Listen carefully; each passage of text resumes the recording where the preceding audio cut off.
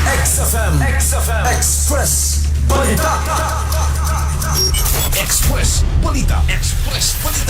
Dakpan sa akto ang usa ka tricycle driver human giingong nangawat ug nagkalayang kagamitan sa usa ka establishmento sa Panabo City, Davao del Norte sa sayong kabuntagon ning milamayng adlaw. Base sa report sa Panabo City Police Station, alas 4:15 sa kadlawon, di ang personal nga miadto sa estasyon ang complainant nga usa ka negosyante uban ang iyang kauban aron itugyan ang nadakpang suspek.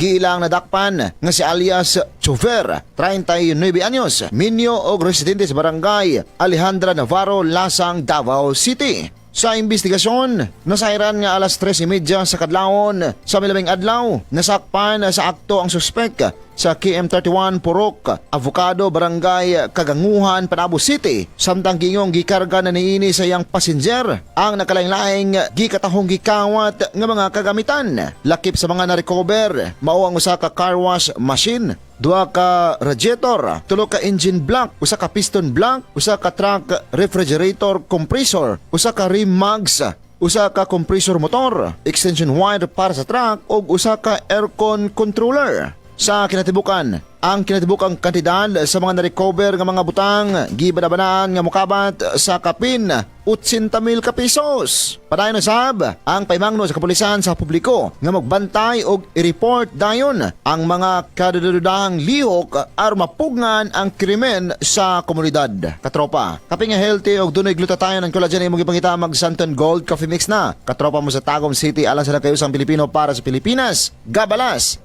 XFM News. XFM Report.